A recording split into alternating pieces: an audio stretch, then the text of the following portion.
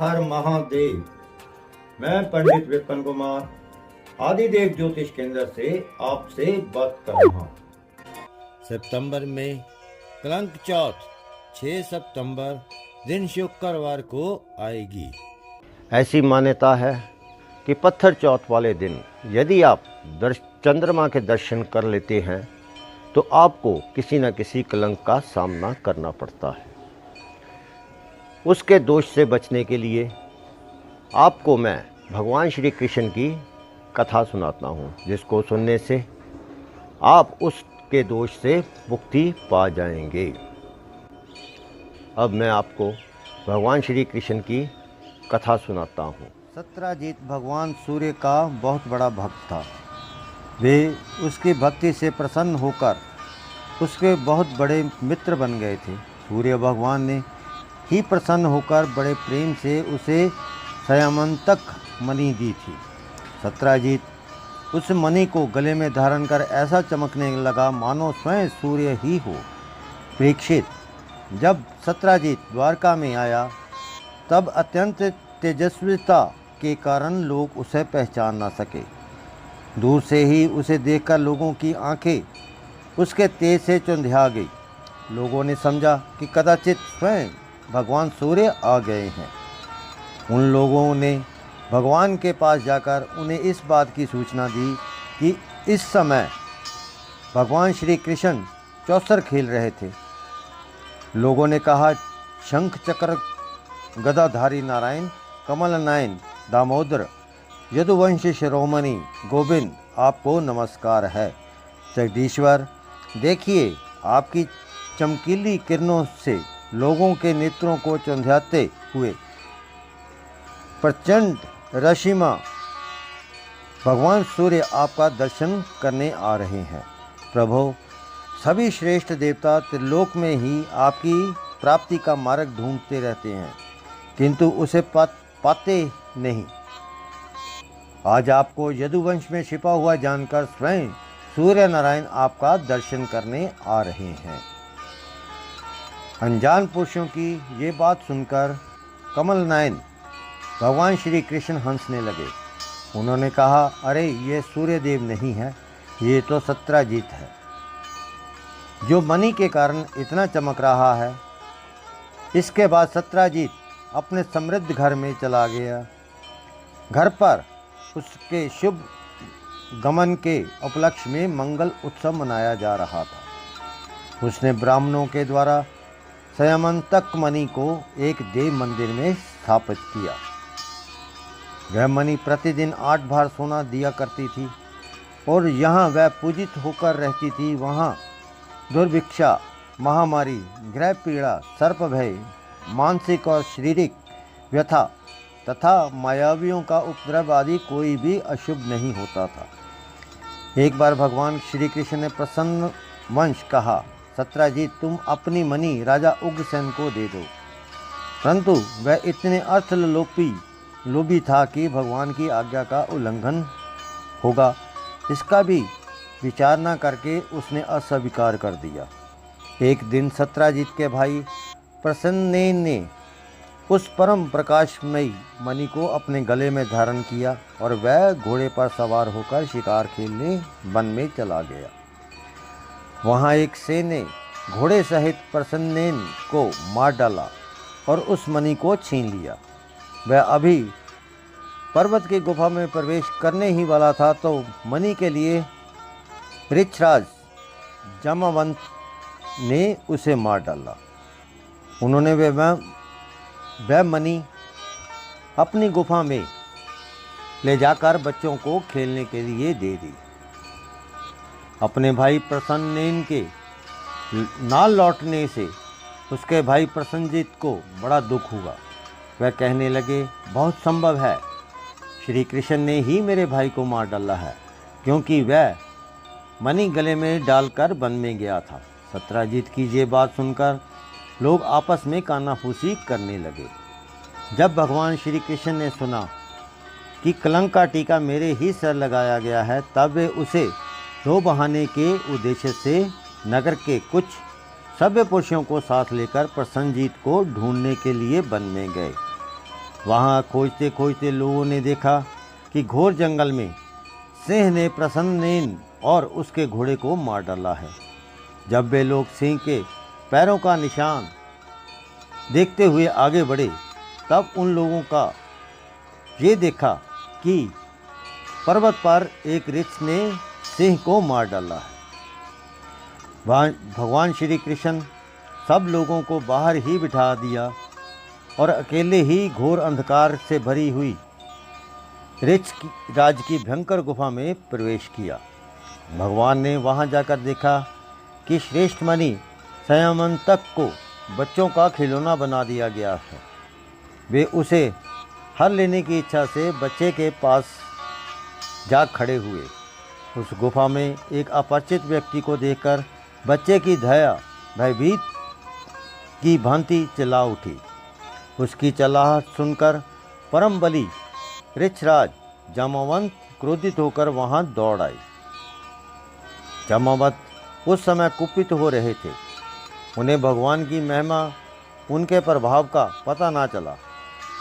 उन्होंने उन्हें एक साधारण मनुष्य समझ लिया और वे अपने स्वामी भगवान श्री कृष्ण से युद्ध करने लगे। जिस प्रकार मांस के लिए दो बाज आपस में लड़ते हैं, वैसे ही विजयाभिलाषी भगवान श्री कृष्ण और जामावंत आपस में घमासान युद्ध करने लगे। पहले तो उन्होंने अस्त्र शस्त्रों का प्रहार किया, फिर शिलाओं का, तत्पश्चात वे वृक्ष उखाड़कर एक दूसरे पर फेंकने लगे। अंत में उन्हें बाहु युद्ध होने लगा। ब्रज प्रहार के समान कठोर घूसों से आपस में 28 दिन तक बिना विश्राम किए दिन रात लड़ते रहे। अंत में भगवान श्री कृष्ण के घूसों की चोट से जामावंत के शरीर की एक एक गांठ टूट फूट गई। उत्साह जाता रहा, शरीर पर सीने से लथपथ हो गया। तब उन्हें अत्यंत विस्मित चकित होकर भगवान श्री कृष्ण से कहा, प्रभु, मैं जान गया आप ही समस्त प्राणियों के स्वामी, रक्षक, पुराण पुरुष भगवान विष्णु हैं। आप ही सबके प्राण, इंद्रिय बल, मनोबल और शरीर बल हैं। आप ही विश्व के रचयिता ब्रह्मा आदि को भी बनाने वाले हैं। बनाए हुए पदार्थों में भी सतरूप से आप ही विराजमान हैं। काल के जितने भी अपव्यय हैं, उनके नियामक परम काल आप ही हैं। और शरीर भेद के भिन्न भिन्न प्रतिमान अंतरात्माओं के परम आत्मा भी आप ही हैं। प्रभु, मुझे स्मरण है,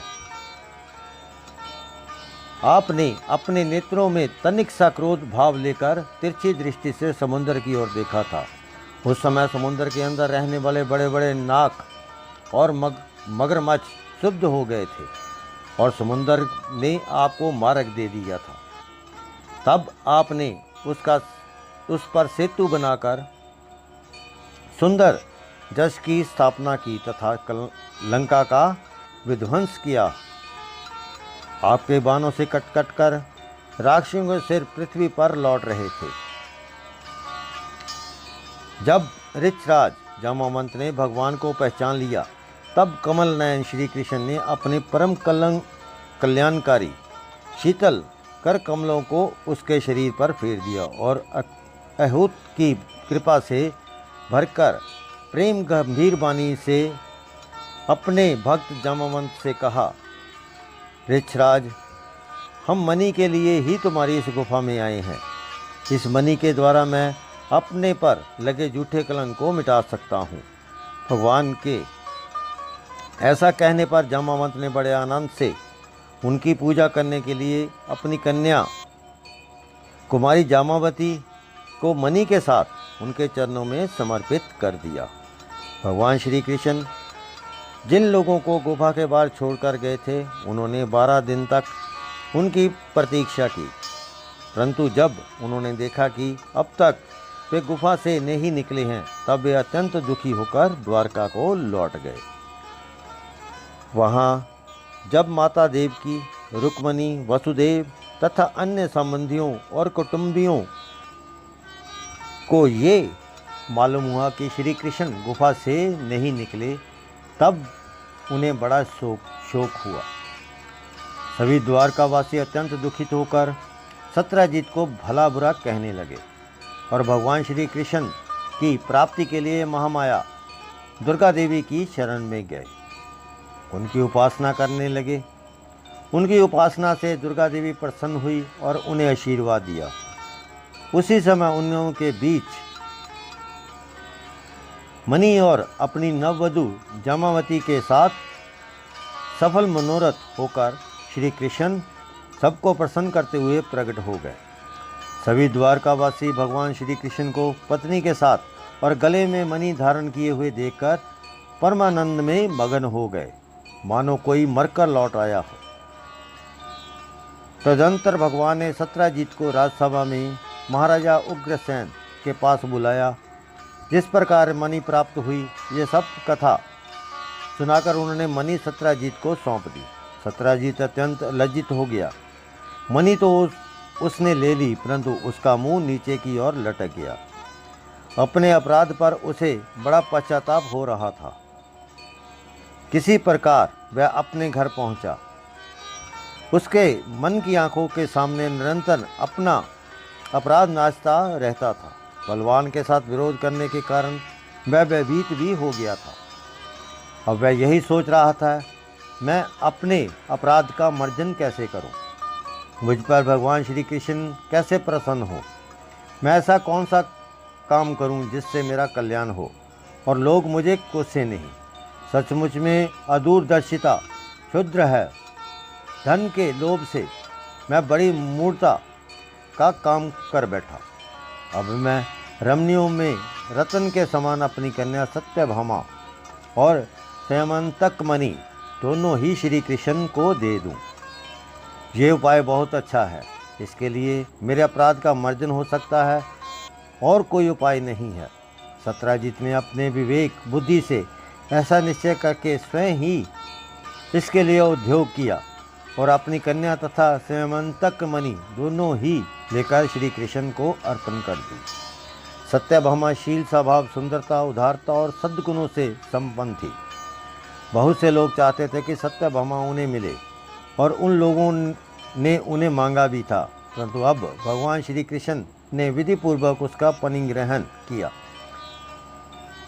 भगवान श्री कृष्ण ने सत्यजीत से कहा, यह स्यमंतक मणि ना लेंगे। आप सूर्य भगवान के भक्त हैं, इसलिए वह आपके ही पास रहे।